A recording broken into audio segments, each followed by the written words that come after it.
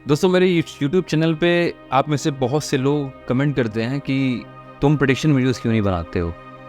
और आज का ये जो टॉपिक है वो इसी बारे में है कि मैं प्रेडिक्शन वीडियोस क्यों नहीं बनाता हूँ। और दूसरी चीज़, एमएमए एज अ स्पोर्ट इतना ज़्यादा अनप्रेडिक्टेबल क्यों है। एक एक करके इन सारी चीज़ों के बारे में बात करते हैं। सबसे पहले तो ये समझते हैं कि एमएमए इतना ज़्यादा अनप्रेडिक्टेबल क्यों है। मतलब इस स्पोर्ट में किसी की जीत या किसी की हार को प्रेडिक्ट करना इतना मुश्किल क्यों है। सबसे पहला रीज़न जो है इसके पीछे वो ये है कि जितने तरीके के मार्शल आर्ट्स होते हैं, चाहे वो रेसलिंग हो, चाहे वो बॉक्सिंग हो, चाहे जुजित्सु हो, चाहे ताइक्वांडो हो, या जितने भी और जूडो हो, कराटे हो, जितने भी मार्शल आर्ट्स होते हैं, इन सभी को मिक्स करने के बाद जो स्पोर्ट बनता है उसको मिक्स मार्शल आर्ट्स या एमएमए बोलते हैं। और इस स्पोर्ट की जो सबसे बड़ी खासियत है वो यही है कि इतनी सारी मार्शल आर्ट्स के डिसिप्लिन्स को इकट्ठा करके जब इस स्पोर्ट को बनाया जाता है तो अपने आप में ये स्पोर्ट ही बहुत ही ज़्यादा डेंजरस और बहुत ज़्यादा अनप्रेडिक्टेबल बन जाता है। इसके लिए एग्जांपल देता हूँ मैं। सपोज कोई एक रेसलर है, ठीक है, एक रेसलर और एक बॉक्सर की फ़ाइट होनी है। जैसे अभी कुछ दिनों बाद हम देखेंगे कि बहुत ही अच्छे एक रेसलर हैं यूएफसी में, जिनका नाम है मिराब ड्वेलिशविली। उनकी फ़ाइट होने वाली है शॉन ओवैली से, जो चैम्पियन है अभी बैंटमवेट में। अब ये फाइट एक बहुत ही अच्छे स्लिक स्ट्राइकर और एक अच्छे रेसलर के बीच में है। अब सपोज करिए उस सिनारियो को कि स्ट्राइकर की स्ट्राइकिंग बहुत अच्छी है लेकिन उसको रेसलर ने टेक डाउन कर लिया।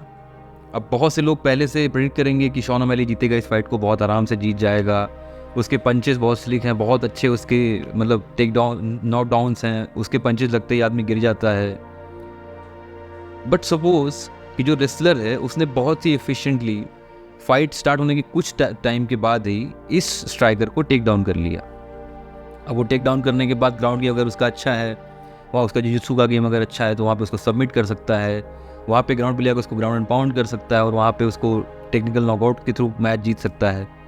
तो इस स्पोर्ट की अनप्रेडिक्टेबिलिटी के पीछे सबसे बड़ा रीज़न ये है कि इसमें बहुत सारे डिसिप्लिन इकट्ठे किए गए हैं और कोई भी डिसिप्लिन का जो स्पेशलिस्ट है इस गेम में, दो फाइटर्स जब फाइट कर रहे हैं तो किसी भी मोमेंट में मैच किसी भी तरफ पलट सकता है। किसी स्ट्राइकर का एक पंच किसी बहुत ही अच्छे रेसलर को नॉकआउट कर सकता है और किसी अच्छे रेसलर का एक अच्छा टेक डाउन और अच्छा वेट कंट्रोल ग्राउंड पे उसको उस फाइट में सबमिट करने के लिए मजबूर कर सकता है। तो पहला रीज़न तो ये है। अगर दूसरे रीज़न की बात करें तो दूसरा रीज़न जो होता है वो जुड़ा हुआ है एक जो फाइटर्स की कंडीशनिंग होती है उसके ऊपर। अब मैंने आपके इसी चैनल पे एक वीडियो मैंने डाली थी, इसमें मैंने एक्सप्लेन किया था बहुत अच्छे तरीके से कि फाइटर्स फाइट वीक के दौरान बहुत सारी मुश्किल चीज़ों के थ्रू गुजरते हैं। इसमें उनका सबसे बड़ा चैलेंज होता है उनके सामने अपने वेट को कट करके वेट फाइटिंग लिमिट के बीच में ले आना। एक लिमिट होती है, हर एक फाइटर की वेट लिमिट होती है जिसमें वो फाइट करता है, इसको वेट डिवीजन कहा जाता है। अब सपोज करिए कि किसी फाइटर ने अपना वेट कट करने के चक्कर में इतना ज़्यादा फ्लूइड अपनी बॉडी से निकाल दिया, इतना ज़्यादा उसने वेट कट कर दिया कि वो अब उस पूरी डिप्लेशन से रिकवर ही नहीं कर पा रहे। अब कोई भी फाइटर जिसको इतनी बड़ी अपॉर्चुनिटी मिलती है वो बताता तो है नहीं कि भाई मैं बहुत वीक, बहुत ही रेयर केसेस ऐसे होते हैं जहाँ पे वो फाइटर्स वेट कट की वजह से अपने फाइट से विड्रॉ करते हैं। मोस्टली वो लोग कितना भी चैलेंजिंग वेट कट हो वो फाइट लिए अग्री कर जाते हैं और विड्रॉ नहीं करते हैं। अब सपोज करिए कि कोई फाइटर है, वो फाइट करने जा रहा है और फाइट वीक में उसने इतना ज़्यादा वेट अपना डिप्लेशन कर दिया, वाटर डिप्लेशन कर दिया वेट कट करने के चक्कर में, इतने ज़्यादा उसने इलेक्ट्रोलाइट्स अपने लूज़ कर दिए कि उससे रिकवर नहीं कर पाया। अब हम तो उसको बहुत अच्छा समझ रहे हैं कि भाई बहुत स्ट्रांग है, ये बहुत अच्छी फाइट करता है। ऑन द फाइट डे क्या हुआ, जब फाइट स्टार्ट हुई तो उस मोमेंट्स में ही उस इंसान ने, क्योंकि उसके सारे इलेक्ट्रोलाइट्स और सारा वाटर कंटेंट उसकी बॉडी से निकल चुका था जिसको वो अच्छे से रिकवर नहीं कर पाए जिससे, तो क्या होगा कि ऑब्वियसली जो दूसरा उसका ओपोनेंट होगा उसके पास एक एज रहेगा इन टर्म्स ऑफ स्ट्रेंथ। अब यहाँ पे एक गेम पलट जाएगा कि आपने तो सोचा कि ये फाइटर बहुत स्ट्रांग है बट वो उस टोटल डिप्लेशन और उस वेट कट से रिकवर ही नहीं कर पाया और वो फाइट हार गया। तो दूसरा रीज़न ये हो जाता है उनकी कंडीशनिंग भी कई बार एक बहुत बड़ा रीज़न बनती है कि एमएमए का गेम इतना ज़्यादा अनप्रेडिक्टेबल हो जाता है। तीसरा रीज़न जो ये है, हम सभी इंसान हैं, आप मैं हम सभी जितने लोग वीडियोस देख रहे हैं, जो हर इंसान जो है उसकी कुछ मेंटल कंडीशनिंग और मेंटल चैलेंजेस होते हैं हर इंसान की लाइफ में। मेरी लाइफ में कितनी प्रॉब्लम्स चल रही हैं आप नहीं जानते, आपकी लाइफ में क्या क्या प्रॉब्लम्स चल रही हैं मुझे नहीं पता। हर किसी के कुछ अपने पर्सनल साइकोलॉजिकल और मेंटल चैलेंजेस होते हैं और फाइट का जो गेम है ये बहुत ही ज़्यादा डिपेंड करता है रेस्ट, रिकवरी और मेंटल बैलेंस और रिलैक्सेशन पे। अब सपोज करो कि किसी इंसान की पर्सनल लाइफ में बहुत सारे क्लैशेस चल रहे हैं और ऐसा हमने पास्ट में देखा है, बहुत से फाइटर्स अपने पर्सनल चीज़ों को पीछे छोड़ के फाइट में नहीं आ पाते, उसका उनको खामियाजा भुगतना पड़ता है फाइट में। सपोज करो कि किसी फाइटर की पर्सनल लाइफ में बहुत सारे क्लैशेस चल रहे हैं, अब वो फाइटर आया फाइट करने,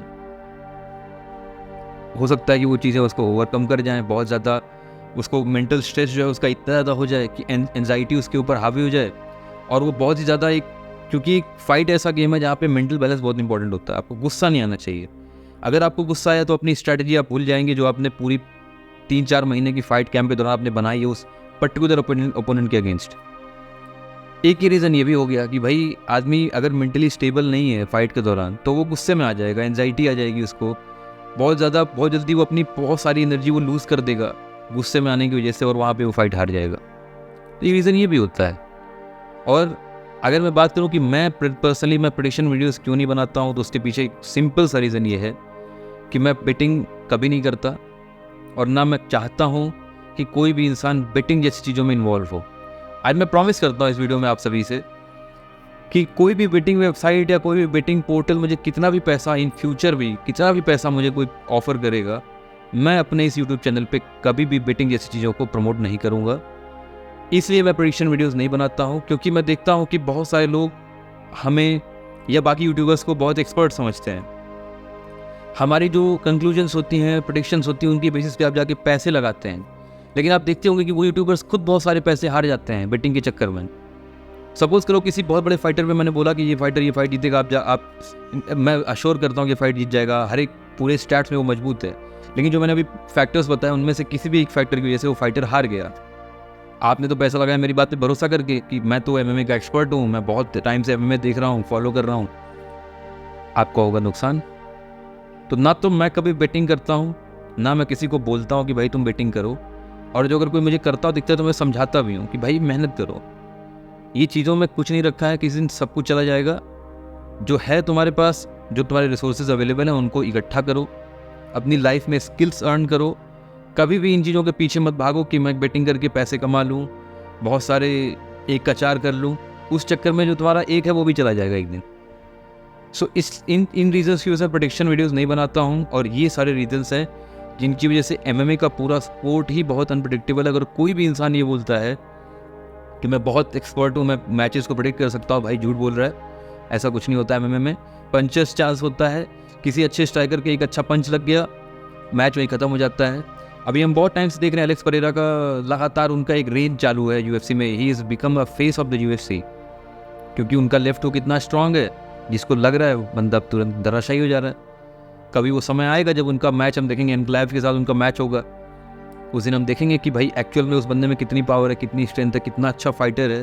क्योंकि एमएमए में गोट वो इंसान होता है, सबसे ग्रेटेस्ट प्लेयर्स में वो इंसान गिना जाता है जिसका गेम ऑल राउंड होना चाहिए। जॉन जोन्स अच्छे स्ट्राइकर ही नहीं है, उस इंसान का ग्राउंड गेम अच्छा है, उस इंसान का जिजुत्सु अच्छा है, उस इंसान का उसकी रेसलिंग अच्छी है, उसका सब कुछ अच्छा है, इसलिए वो ग्रेटेस्ट ऑफ ऑल टाइम में गिना जाता है। जीएसपी का नाम लेते हैं, खबीब का नाम लेते हैं, ये सारे फाइटर्स वेल राउंडेड फाइटर्स थे। सो ये सारे फैक्टर्स हैं जिनकी वजह से I don't prefer making prediction videos. और मेरे चैनल पे शायद ही कभी आप किसी फाइटर की प्रेडिक्शन वीडियोज़ आप देखेंगे। पास्ट में मैंने कुछ वीडियोज़ बनाई, लेकिन जब मुझे actually when I got my head straight, मुझे समझ में आया कि ये चीज़ सही नहीं है, किसी और का नुकसान मेरी वजह से नहीं होना चाहिए। तो thank you so much for watching this video. जल्दी एक नई वीडियो में मिलेंगे। जय हिंद।